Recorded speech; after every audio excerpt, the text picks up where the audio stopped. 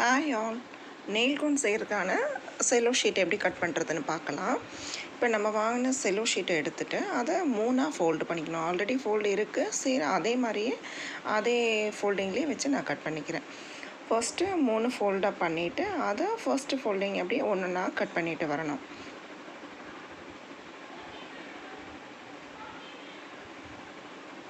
ஒன்றா பிசுறு இல்லாமல் நீட்டாக கட் பண்ணிட்டு வரணும். பிசுறு இருக்கும்போது நம்ம கோன் பண்ணும்போதும் அடைக்கும். ஸோ நம்ம நீட்டாக கட் பண்ணிக்கணும். கட் பண்ணதுக்கப்புறம் அந்த 3 ஃபோல்டையும் மறுபடியும் 4ஆக கரெக்டாக ஈக்குவலாக வர மாதிரி வச்சுட்டு 4ஆக மடித்து அதை தனித்தனியாக நம்ம கட் பண்ணிக்கணும்.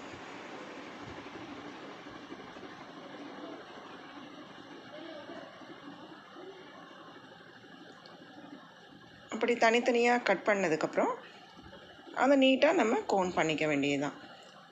அடுத்தது இது normal printed Cello sheet 25 microns தான் இருக்கும்.